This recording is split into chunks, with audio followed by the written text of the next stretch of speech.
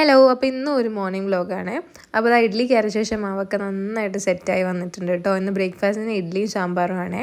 അപ്പോൾ സാമ്പാറിനുള്ള പരിപ്പൊക്കെ വേവിക്കാൻ എടുത്ത് വെച്ചിട്ടുണ്ട്. അതിൻ്റെ കഷ്ണങ്ങളൊക്കെ ഞാൻ അരിഞ്ഞെടുത്തപ്പോൾ അമ്മ മീൻ പൊരിക്കാൻ വേണ്ടിയിട്ട് അതിൻ്റെ അരപ്പൊക്കെ അരച്ചെടുത്ത് അതൊക്കെ പുരട്ടി വെച്ചിട്ടുണ്ട് കേട്ടോ. ഇഡ്ഡലി ഉണ്ടാക്കാൻ തുടങ്ങിയിട്ടുണ്ട്. അമ്മ അല്ലുക്കുട്ടന് ബട്ടൺ ഇഡ്ഡലിയാണ് ഉണ്ടാക്കണം. അപ്പോൾ അവന് കഴിക്കാനും കൊണ്ടുപോകാനൊക്കെ അത് മതിയല്ലോ, എളുപ്പമാണല്ലോ അവനെടുത്ത് കഴിക്കാൻ വേണ്ടിയിട്ട്. ഇപ്പോൾ സ്വന്തമായിട്ടാണ് കഴിപ്പൊക്കെ. അങ്ങനെ ഈ പണികളൊക്കെ ഒരു സൈഡിൽ കൂടെ അങ്ങനെ നടക്കുന്നുണ്ട് കേട്ടോ. ഞാൻ അല്ലുക്കുട്ടനെ ഇടയ്ക്കിടയ്ക്ക് പോയി വിളിക്കുന്നുണ്ട് കേട്ടോ. എന്നാലേ ഒരു 7 മണിയെങ്കിലും ആകുമ്പോഴേക്കും അവൻ എണീറ്റ് വരുള്ളൂ. അങ്ങനെ സാമ്പാറും അടുപ്പത്ത് കയറി. അങ്ങനെ കുറേ നേരമൊക്കെ കഴിഞ്ഞ് അല്ലുക്കുട്ടനെ ഞാൻ വെളിയിപ്പിച്ച് അവനെ കുളിപ്പിച്ചൊക്കെ സെറ്റാക്കി ഒക്കെ റെഡിയാക്കി എടുത്തു കേട്ടോ. അപ്പോൾ അവൻ പറഞ്ഞു ഇന്ന് മാങ്ങ തന്നെ മതി, ഇന്നലത്തെ നല്ല ടേസ്റ്റ് ഉണ്ടായിരുന്നു എന്ന്. പിന്നെ ഞാൻ വീണ്ടും മാങ്ങ തന്നെ എടുത്ത് വെച്ചിട്ടോ സ്നാക്ക് ബോക്സിൽ. എന്നിട്ട് ഇത് അവൻ ബ്രേക്ക്ഫാസ്റ്റ് കഴിക്കുകയാണ് കേട്ടോ. അപ്പോൾ ഇങ്ങനെയൊക്കെ ആകുമ്പോൾ അവൻ സ്വന്തമായിട്ട് തന്നെ കഴിച്ചോളൂ. അപ്പോൾ പിന്നെ എനിക്ക് അവനെ ഫീഡ് ചെയ്യേണ്ട ടൈം കൂടെ കുറച്ച് ലാഭമാവും കേട്ടോ.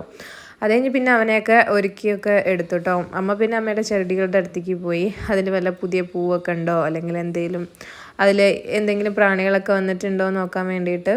എന്നിട്ട് പിന്നെ നോക്കുമ്പോൾ ഉണ്ട് ഒരു പാമ്പിനെ കണ്ടു കേട്ടോ വണ്ടിയുടെ അടുത്ത്. അപ്പം അച്ചു അത് പോയ അടുത്തേക്ക് മണ്ണെണ്ണ ഒഴിക്കുന്നതാണ് ഈ കാണുന്നത്.